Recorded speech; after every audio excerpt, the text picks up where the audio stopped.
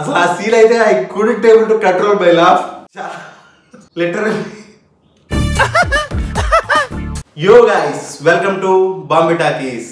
ఈ కోట్ ఏంటి, T shirt ఏంటి, ప్యాంట్ ఏంటి, టై ఏంటి, బట్టలతో చంపే కూడా తెలుసా నువ్వు? ఈ రోజు మనం డిస్కస్ చేయబోయే మూవీ మ్యాడ్ స్క్వేర్. ఈ మ్యాడ్ స్క్వేర్ అనే మూవీని వరల్డ్ వైడ్ గా 21 కోట్లకు అమ్మారు. సో ఈ థియేటర్స్ నుంచి 21 కోట్ల కంటే ఎక్కువ కలెక్షన్ వచ్చినట్లయితే ఈ సినిమా హిట్ అని అర్థం. మరి ఈ సినిమా ఏ రేంజ్ లో పర్ఫార్మ్ చేసిందో ఈ రోజు డిస్కస్ చేద్దాం.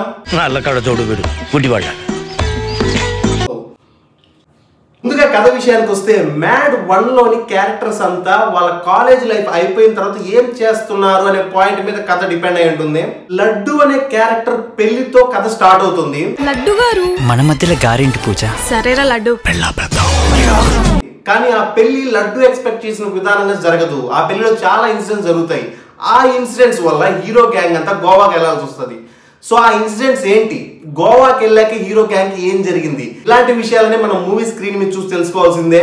ఇక విశ్లేషణ విషయానికి వస్తే, మూవీ ఫస్ట్ హాఫ్ చాలా హిలరియస్ గా ఉంటుంది. అవుట్ అండ్ అవుట్ గా ఎంజాయ్ చేస్తాం మూవీని. లడ్డు క్యారెక్టర్ ని కార్నర్ గా చేస్తూ ఆయన మీద జనరేట్ చేసే కామెడీ చాలా బాగా వర్కౌట్ అయింది. ఫస్ట్ హాఫ్ అంతా ఎక్కడ బోర్ కొట్టకుండా మంచి మంచి పంచ్ డైలాగ్స్ తో నీట్ గా ఎంజాయ్ చేస్తాం, ఎక్కడ బోర్ కొట్టదు. స్పెషల్లీ ఒక సీన్ ఉంటుంది, లడ్డు తల మీద బీరు బాటిల్ తో కొడతారు. అసలు ఆ సీన్ అయితే I couldn't able to control my laugh. Sorry, movie అయిపోయిన తర్వాత కూడా ఆ సీన్ గుర్తు తెచ్చుకొని నవ్వుతూనే వచ్చాను. లిటరల్లీ చాలా ఫన్నీగా ఉంది ఆ సీన్ అయితే. ఇక సెకండ్ హాఫ్ లో కొన్ని దగ్గర చాలా బాగున్నట్టు అనిపిస్తుంది, కానీ ఇది కొంచెం జాతిరత్నాలు కైండ్ ఆఫ్ మూవీ అని అనిపిస్తుంది. అక్కడక్కడ ఫోర్స్డ్ కామెడీ, ఆర్టిఫిషియల్ కథగా అనిపిస్తుంది. సెకండ్ హాఫ్ లో కంటెంట్ రైటింగ్ లో సీరియస్నెస్ ఉండదు. అది ఎందువల్ల అంటే, ఫస్ట్ విలన్ సెలక్షన్. విలన్ ఒక సీరియస్ క్యారెక్టర్ అయినప్పుడు, విలన్ హీరో గ్యాంగ్ ని పట్టుకున్నప్పుడు ఆడియన్స్ కి అరే వీళ్ళు దొరికేసారే, వీళ్ళేంటి ఇలా దొరికిపోయారు, వీళ్ళకి తర్వాత ఏమవుతుందని ఒక టెన్షన్ మొదలవుతుంది. ఆ విలన్ ఈ కామెడీ గ్యాంగ్ ని పెట్టే పాటలు చూసి అక్కడ ఆడియన్స్ ఎంజాయ్ చేస్తాడు.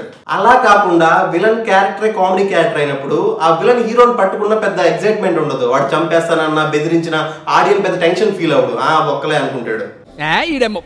సో ఈ సెలక్షన్ కొంచెం కరెక్ట్ గా లేదు అని అనిపించింది నాకు. సో దీనివల్ల మనకి ఇది కొంచెం జబర్దస్త్ కామెడీ లాగా అనిపిస్తుంది అప్పుడప్పుడు. కానీ ఇలాంటి కామెడీ విలన్ తో కూడా కొన్ని బ్లాక్స్ కామెడీ సీన్స్ బాగానే పండించారు. అక్కడక్కడ మంచి మంచి కామెడీ మూమెంట్స్ ఉండడం వల్ల, దానికి తోడు బీమ్స్ మ్యూజిక్ చాలా బాగా ఉంది. మ్యూజిక్ బీమ్స్ ఇచ్చే ప్రతి ఆల్బమ్ చాలా బాగుంటుంది ఈ మధ్య. ఫర్ ఎగ్జాంపుల్ టిల్లీ స్క్వేర్, సంక్రాంతికి వస్తున్నాం, ఇప్పుడు మ్యాడ్ స్క్వేర్ సాంగ్స్ బీట్ అయితే ఎంత బాగా ఎంజాయ్ చేస్తామంటే నిజంగా అంత బాగుంటుంది థియేటర్ లో. అండ్ బీజిఎం కూడా సిచ్యువేషన్ దగ్గర కరెక్ట్ గా ఇచ్చాడు. ఇలాంటి సరదా మూవీస్ కానీ కామెడీ ఎంటర్టైనర్స్ కానీ బీమ్స్ మ్యూజిక్ చాలా బాగా వర్కౌట్ అవుతుంది. సో ఈ సినిమా కూడా ఆయన మ్యూజిక్ బాగా నిలబెట్టిందని చెప్పాలి. సో ఫ్యామిలీతో ఈ మూవీకి వెళ్ళి చాలా బాగా ఎంజాయ్ చేయొచ్చు. మంచి ఫన్నీ మూమెంట్స్ ఉన్నాయి మూవీలో. సో ఫైనల్ గా ఈ సినిమాకి బాంబే టాకీస్ ఇస్తున్న రేటింగ్ 3.5 out of 5. వచ్చే మూవీ రివ్యూతో మళ్ళీ కలుసుకుందాం. Until then bye by.